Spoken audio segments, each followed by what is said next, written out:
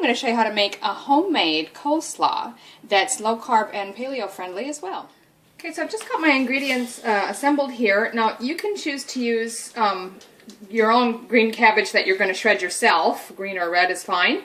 And carrots. If you do that, you need a half a head or approximately 1 pound, about 500 grams of cabbage, and 2 medium carrots. I'm choosing to use store-bought coleslaw mix. It's just already pre-shredded coleslaw and carrot mixed together. So you can do whichever works for you. This just happens to be 3 bags that are 225 grams, so it'll be a little bit more, but about, like I said, about 500 grams or 1 pound of the cabbage and 2 medium-sized carrots if you choose to shred it yourself. So you're also going to need 2 tablespoons of salt, and what we're going to do with that is just put it on the coleslaw and let it sit in the colander for a while and then rinse it off. So it sounds like a lot, but you won't be having it in the final dish. It's just pre-preparation for the coleslaw mix. Next we're going to need about a half a cup of mayonnaise. If you're making this as a paleo, use your own homemade mayonnaise. That's just fine, but I'm going to use this.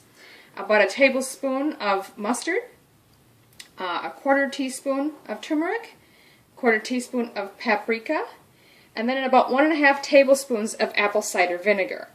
We also want about a 1/4 cup of chopped fresh dill.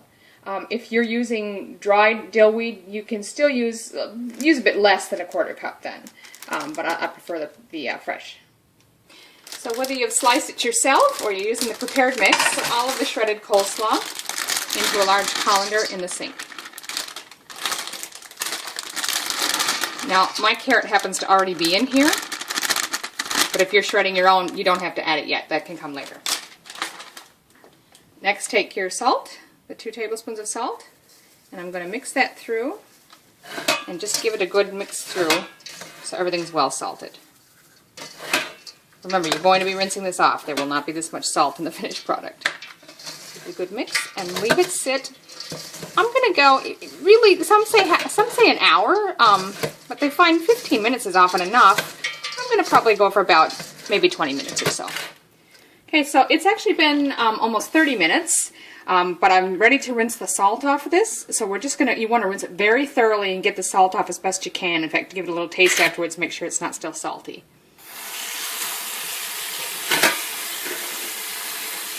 So make sure, like I say, you've rinsed it very thoroughly. Give it a taste afterwards.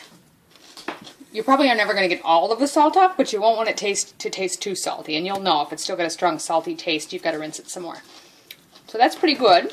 I've shaken a lot of the water out. I'm going to leave that sit and drain for a while we'll do the next step. So I've taken and washed my fresh dill and pulled off not the stemmy bits, but just the leafy bits and made a pile of it here. And then you're just going to want to go through and chop it finely. You want about a 1/4 cup of fresh chopped dill. Again, you can use the dried stuff, but I wouldn't use a full 1/4 cup then because it's probably a little bit stronger. Okay, so now I'm just going to make the dressing. So I'll take the dill that we've already chopped and add that into the bowl with a 1/2 cup of mayonnaise, tablespoon of mustard, the 1½ tablespoons of apple cider vinegar, and the 1/4 teaspoon each of paprika and turmeric. Mix that all together. Okay, so after this was sit draining long enough, you don't want it overly wet, so you can either leave it drain for a while, put it through a salad spinner if you have one, or even just let it sit for a few minutes and then, like I did, just sort of take some paper towels and sort of swish through it a bit just to get any excess moisture out of it. So we're ready to add this to the dressing now. Add this into our dressing and stir it through, toss it, whatever works for you, just to get it all well coated. Okay, that's pretty well coated. So now I'm just going to put some plastic wrap over this and put it in the fridge so it can chill and get the flavors to mingle for at least an hour.